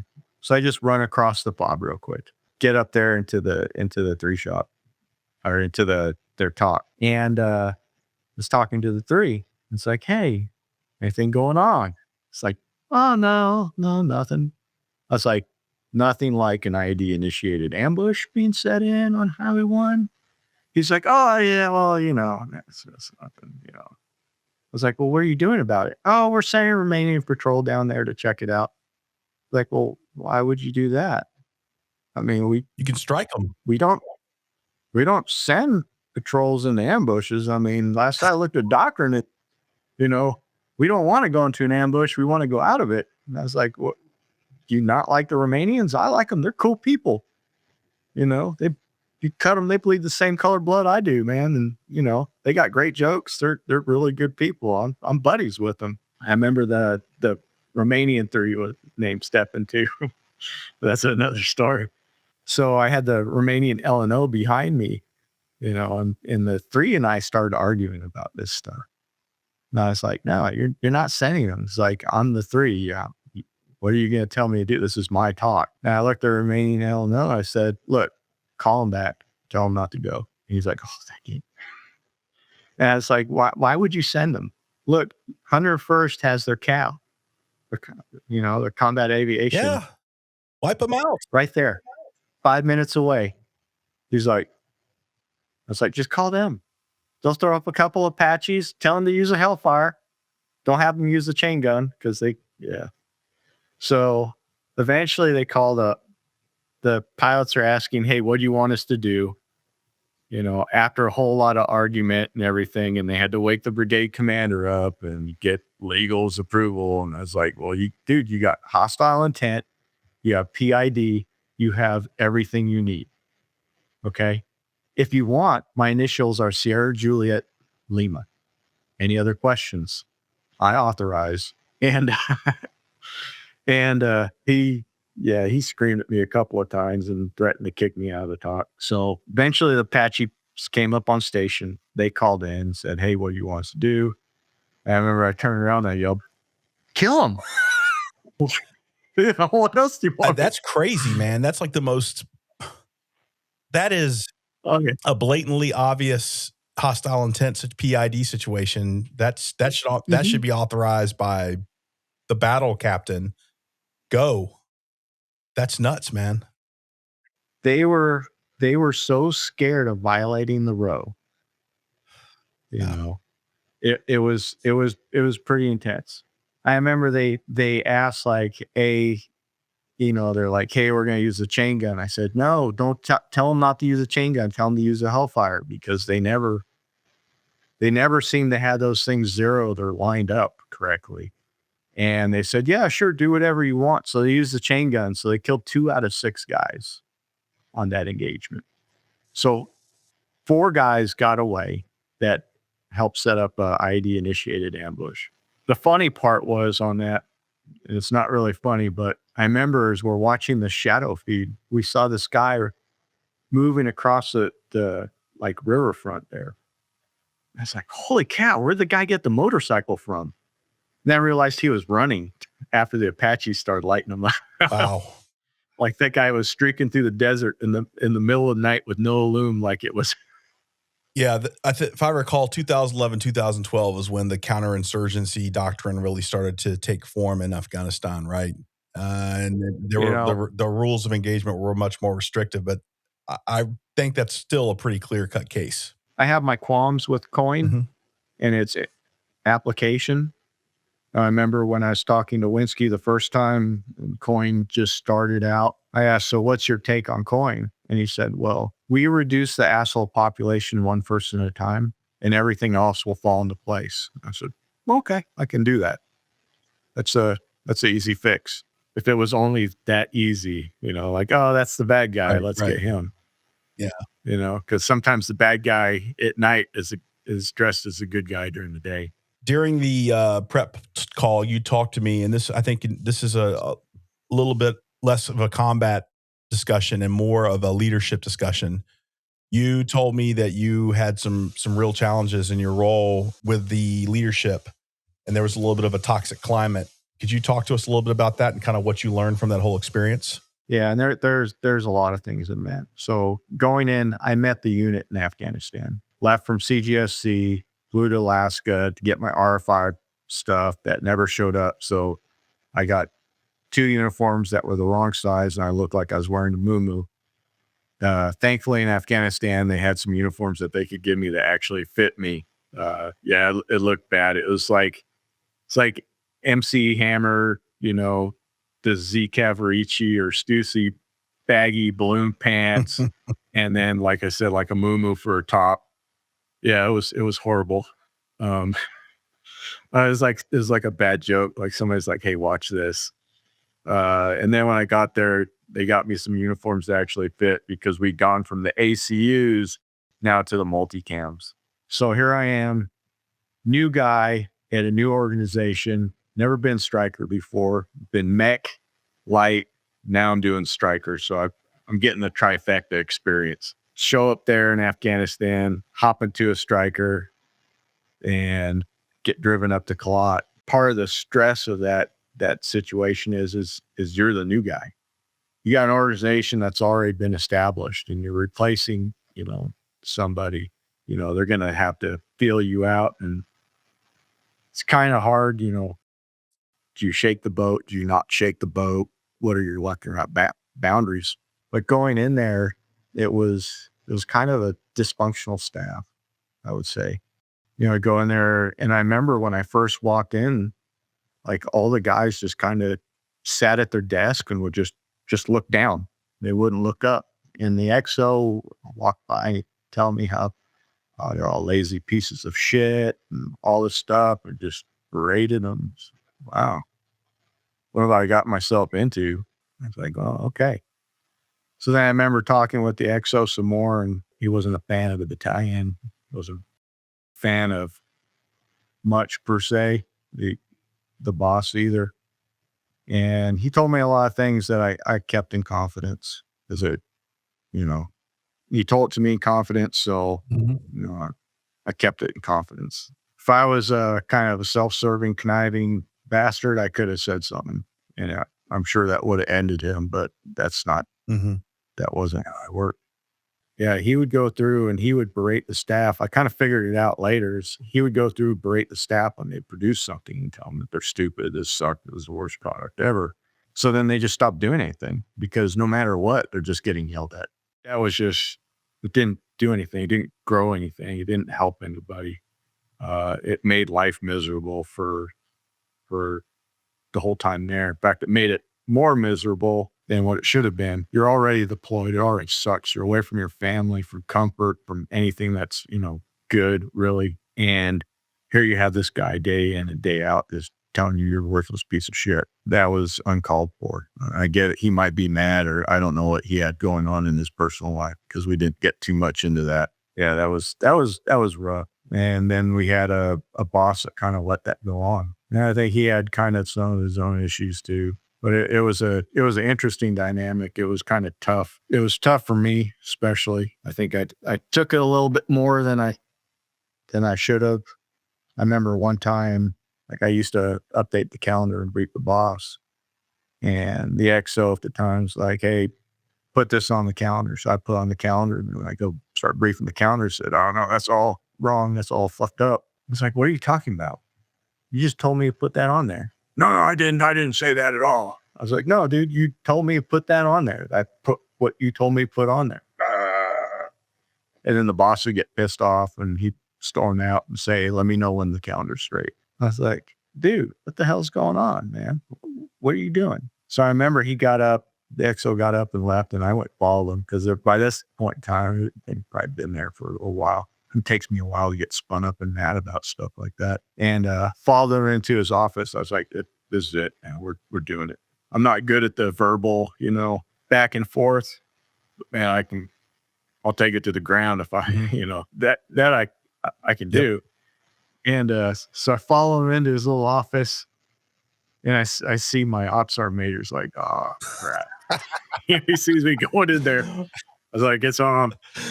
I shut the door. I'm laughing I because didn't know. I've seen it so many times, like when the senior NCO in the room goes, "Oh boy, here we go." It's when the officers are getting ready to get it on, man. Well, I went and I shut the door, and I said, "We're going to have this shit out now, and one of us is going to walk out." And nobody told me he had a back door. He busts, there's like this map, and he like kind of busts through it, and he goes out the back door. He's like, "I don't have time for this shit." And it closes. And I was like, "What just happened? When did he get a back door?" So I come out the door and I start yelling at my ops sergeant major. "You didn't tell me that he had a back door." So we kind of laughed about it a little bit later, but I was so mad at the time. I was like, I'd heard of, backstabbing and little stuff like that, but I'd never really seen it. I'd never witnessed it, and I'd never prepped myself for that. So it was challenging. And I think the other challenging part is the boss knew what was going on, but he didn't stop it, and I knew that we had a bunch of guys in the staff that were just, they were frustrated. It was tough for them with the climate that was there. It wasn't a healthy climate. It was one of those things where I don't think I'd ever been that miserable before in a command. It was just, oh yeah. I mean, it was hard to describe. What recommendations would you have for soldiers, NCOs, officers who come into a unit like that? I mean, in terms of how you approach it, looking back, would you have changed anything about the way that you kind of dealt with that situation? Some of what, like I said, it was rough. That was a miserable time for me. And I remember, there's some words that I took from Rear Admiral Stockdale. I don't know if you've ever heard of the Stockdale paradox. I have, yes. You should tell people about it. Okay. Yeah, for anybody who hasn't heard about it. So Rear Admiral Stockdale was a POW, 7 years at the Hanoi Hilton. He is a senior ranking officer there. They were doing a book, a biography on him. And he was asked the question, okay, who are the guys who didn't make it? And he said, "Hey, those are the optimists." Because those guys would say, "Hey, when Christmas comes, we're going to get released." And Christmas would come and go. And then Easter would come and go. And then, 4th of July, and then, it just keep repeating itself. He said every time they did that and that date passed, a little bit of them died until they died. Then he said, and I have these words, I'm going to quote him: "You must never confuse faith that you will prevail in the end which you can never afford to lose, with the discipline to confront the most brutal facts of your current reality, whatever they might be. That's basically saying, hey, look, no matter the situation, you have to understand that you have it in you to survive through it, to make it through. And you have to be basically a realist with, hey, that it is what it is. This is current situation. I'm going to do this. And I always found those words really comforting. I mean, they've stuck with me for a long time. Yeah. Even to this day, I use it when there's, struggle or challenge or something, provides me some comfort. And hey, we all know that we can make it through. We have to make it through. And that's kind of, when you look at some of the struggles some of the kids these days have, whether I don't always understand, there's a lot of different reasons for whether it's feeling a lack of self-worth or what have you, or they don't feel like they maybe can make it. Words like that, understand that, yeah, you can. You just, keep the faith. It's a great segue, Stefan, to really the final part of your story, which is really, life after the military. And what you just described, I think, is a great approach to dealing with the challenges that veterans, particularly guys like you who've seen a lot of combat, face. How do you keep it all on azimuth as a civilian now? You're obviously doing great stuff. You're doing important work, and that's part of it. But when you're not working and you're with family, how do you keep it all on azimuth, man? I don't know. I mean, there's a lot of different things. First, when I first was going to retire, I was planning on just kind of breaking clean from the military and going a different route. But then I kind of fell into where I am at, and it worked out really well, because I still enjoy being with the soldier. But I went and volunteered, did hunter education, volunteer firefighter. And I think at first maybe I was looking for something to kind of, fill that void from the military. Then it kind of, I don't know. I went from, to a point where I wasn't necessarily looking for something. I started to realize that I can be happy with who I am and what I am. I'm not defined just by the experiences from the military or by the military. I'm me. Love it or leave it, however you take it. That's just it. Yeah, that was always a hard part. I was never really good at trying to, as far as some of that soul searching, like, hey, where do I want to go after the military? How am I going to do this? I guess you could almost say kind of like a little bit of an odd duck, because I was a little bit different, even with the military. I remember, like, Captain's Career Course, I tended to gravitate towards a lot of the international students. When I left the military, when I finally retired from the military, I think I was ready to retire. And I had a friend, John Fernandez, who was with me up at MCTP. He always used to tell me, hey, look, you're never as cool as you used to be. So yeah, you used to be an infantryman, and yeah, you were in Baghdad, and yeah, you did this and did that. But guess what? You're not that anymore. And then we're on a warfighter one time, and I remember one of the guys who I worked with had retired, and I was like, hey, how do we get on the VPN again? And he said, because he told me a bunch of times. To his defense, he did. And he got mad at me. What do you mean? I told you this like 100 times. And one of the other contractors looked over and said, shut up. He goes, hey, Stefan, tell him to shut up. It's like, no, I can't. I like him. He's a nice guy. We used to work together. He used to be, in charge of me. He's like, no, he's a contractor now. Tell him to shut up. And they kind of went back and forth. And the point of the lesson was you're not a green steward.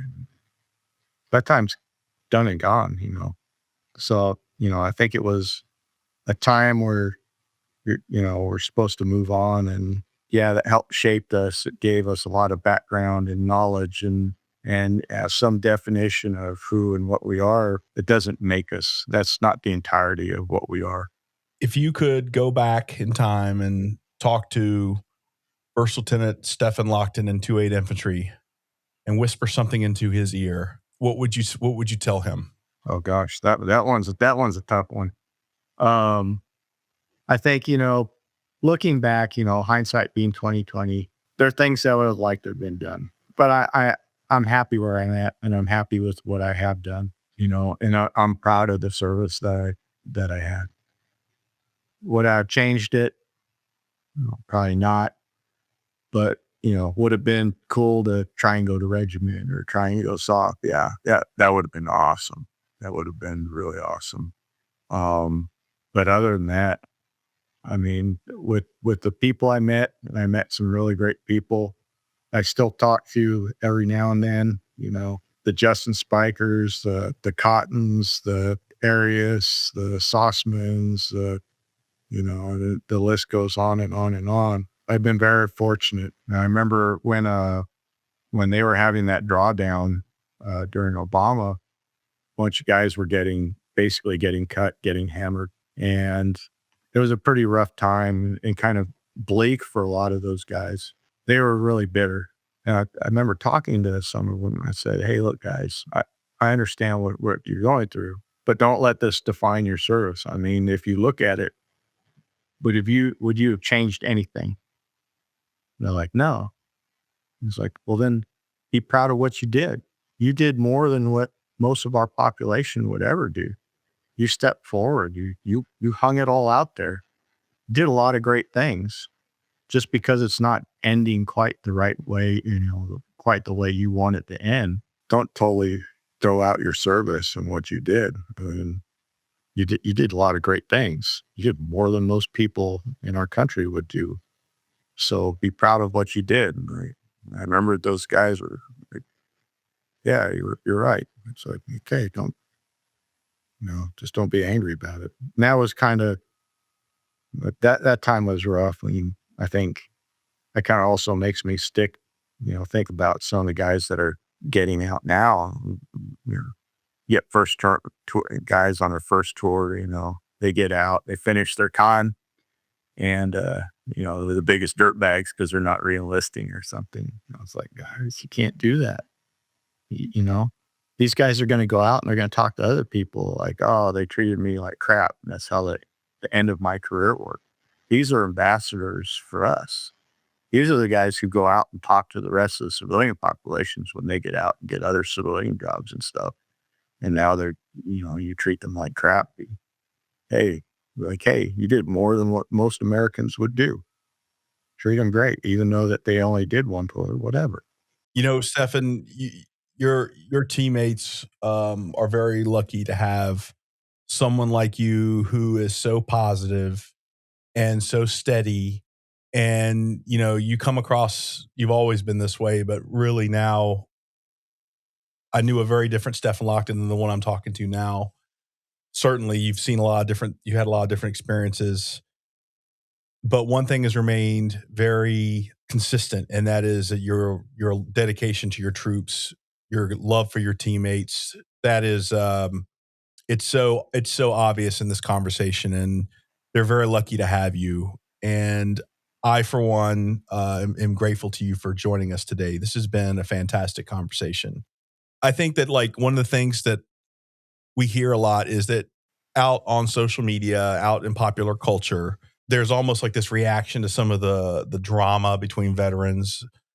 Guys get on social media and they shit talk one another and they try to tear each other down, and that drives engagement and likes. But what we're trying to do here is build a community where we support one another. I like to point to you as a great example of that. This is us at our best. You had these experiences. You've adopted this very healthy philosophy about life, and you stay connected with your teammates, and you're continuing to give back. I mean, brother, that's so honorable and noble, and we're very glad to know you, and we're glad to have you on here.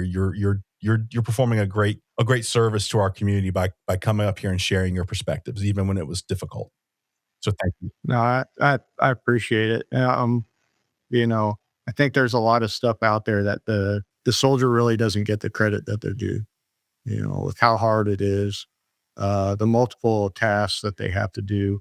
Like I said, everything from, being the war fighter to an ambassador, both in foreign countries and then being ambassador for the progression back home. And then even for them trying to get the mindset, because there was a point in time where I was like, oh wow, this place sucks. I can't wait till I PCS and this is miserable. And I didn't have quite the right mindset. And eventually I worked on that and started looking at, hey, this is the next new adventure. Oh, I'm going to Fort Polk. It was the next new adventure. And like anything like that, I think that changed how it worked out for me, coming in there with a better mindset. And then how I looked at things, especially after leaving the military too. Retirement. That's the next new adventure. I wasn't, and I hate saying retirement because are we really retired? No. No, I wish I was. Right. Yeah, I got too many hobbies. They seem to not You've end. always had a lot of hobbies, brother.